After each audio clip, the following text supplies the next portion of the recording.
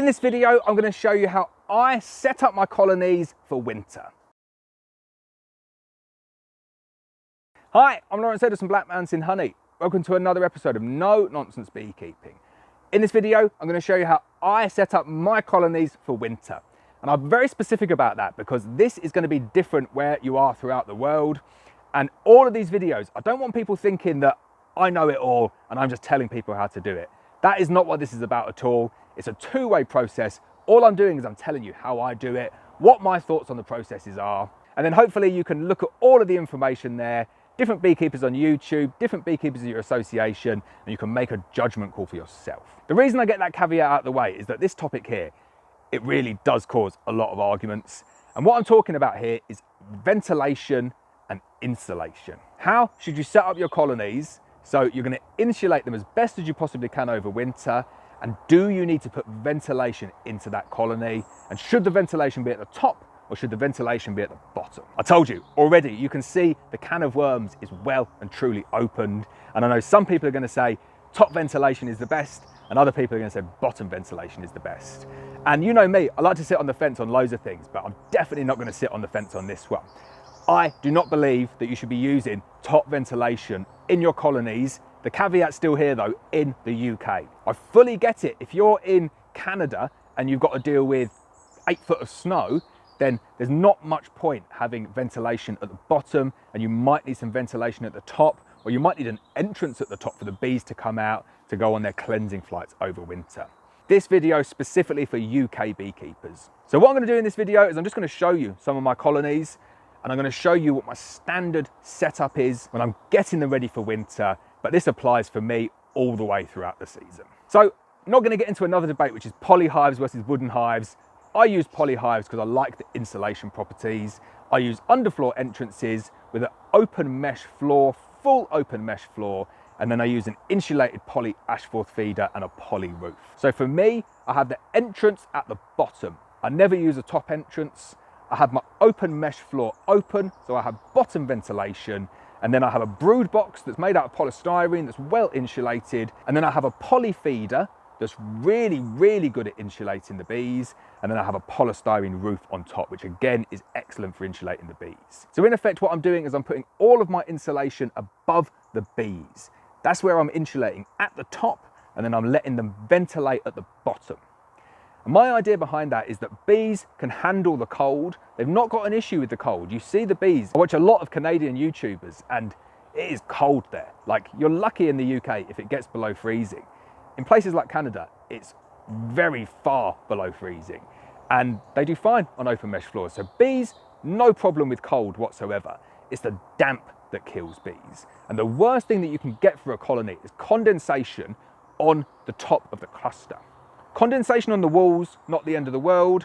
Condensation on the top of the cluster, dripping down on it consistently, is a real killer of bees. So my system, and I say my system, the system that I use, like I said, lots of insulation at the top, no entrances at the top, polystyrene all the way around, but the best insulation at the top, which means that top face that sits directly above the bees is going to be the warmest part of the hive.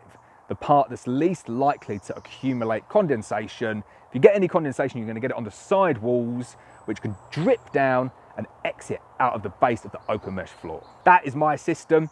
I find it works really well. I rarely have any issues with condensation over winter. So I'll show you a couple of my colonies now, and I'll just give you a visual exactly how they're set up and the elements to give you that top insulation and bottom ventilation. Before I do that though, I'll talk about some of the other variations on that. So what some people do is they'll have a solid floor and then they'll ventilate the top, and you've heard people talking about putting matchsticks underneath the crown board to give the air somewhere to escape. I'm not even going to go much further than that. That is an option, and that is something that I don't use. Now, I'm not bashing solid floors. I don't think solid floors are an issue. I find the difference between solid floors and open mesh floors is very, very minimal. So I'm not against solid floors in any way. I am against top ventilation though. Really do not like top ventilation, and I think it's just a bit of a fad and something that offers no benefit to the bees. Actually makes the environment a little bit bad for the bees over winter. I'm not against top entrances though, and I do understand and appreciate in places where you're going to get a lot of snowfall, yeah, it's quite difficult to not have a top entrance. And then if you have a top entrance, you're kind of having top ventilation anyway. And then you need to put in place a system that's going to manage that top ventilation. I'm not going to deal with that in this video though, because in the UK, I don't think you need that. I'm going to go with top insulation, bottom ventilation. So let's go over to the bees. I'll take a look and I'll show you what I mean. Right, so here we go. This is my classic hive setup for the UK. I've got a poly roof, poly Ashforth feeder, wooden queen excluder, poly brood box, and then a wooden underfloor entrance. So you can see it there. Everything at the top is made of polystyrene. So poly roof, poly Ashforth feeder, that remains on all year round. Wooden queen excluder to give me that bee space so they don't stick it all down and they can move freely underneath it. And then I've got my polystyrene brood box, sponsored by LMP Group this time. Thanks for the sponsorship. And then I've got a single bee entrance at the front there, giving me a little bit of ventilation, but also giving the bees access in and out of the hive.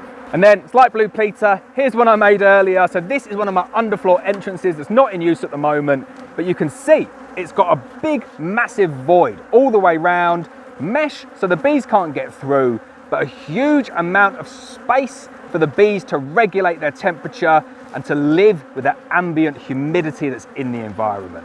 I like these OMF floors because they give the bees the ability to work well with the humidity in the environment, and you're not placing them into a situation where they can't control that environment very well because it's so condensed. I do, and I understand partially the logic from other people by putting in top ventilation, by putting quilts on top where the moisture is going to rise upwards and then it's going to expel out of the sides or store in pillows. Like, I can kind of understand the logic behind the thinking, but I don't necessarily agree with it. I don't like that. What I like is I like any moisture to fall out the bottom of the hive, and I like to have lots of insulation at the top, so any moisture is going to condense on the walls or towards the side and drip down and fall out of the bottom of the hive. Top insulation and bottom ventilation. That's the system that I use. That's the system that I find works really well in the UK. So there we go. That's how I set up my colonies. Top insulation, bottom ventilation, and they do really, really well in that format. I hope you enjoyed that video. As always, please hit the subscribe button. Please hit the bell so you're notified of every video, and I'll see you next time.